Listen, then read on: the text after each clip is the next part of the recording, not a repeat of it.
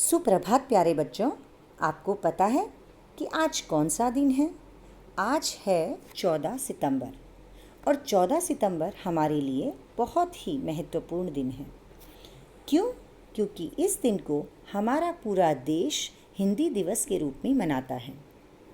हिंदी हमारी सबसे लोकप्रिय भाषा है और विश्व में बोली जाने वाली प्रमुख भाषाओं में से एक है।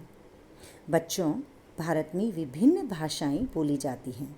हर भाषा का अपना एक महत्व है, परंतु पूरे देश की एक भाषा होना अत्यंत आवश्यक है, जो विश्व में भारत की पहचान बने।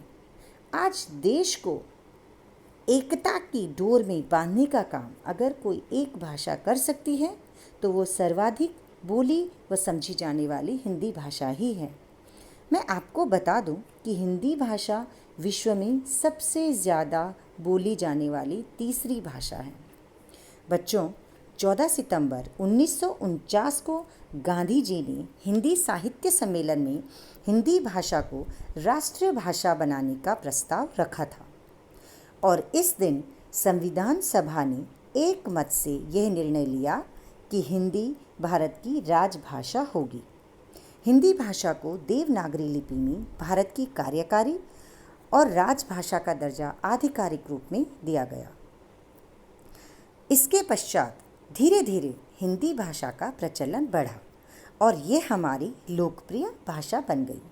हिंदी भाषा केवल हिंदुस्तान में ही नहीं, बल्कि अंतर्राष्ट्रीय स्तर पर भी बहुत पसंद की जाती है। इसका कारण यह है कि हमारी भाषा हमारे देश की संस्कृति और संस्कारों का प्रतिबिंब है। आज विश्व के कोने कोने से विद्यार्थी हमारी भाषा और संस्कृति को जानने के लिए हमारे देश का रुख कर रहे हैं। एक हिंदुस्तानी होने के नाते हमें अपनी राष्ट्रभाषा का संपूर्ण ज्ञान होना चाहिए और साथ ही साथ हमें हिंदी भाषा का सम्मान भी करना चाहिए।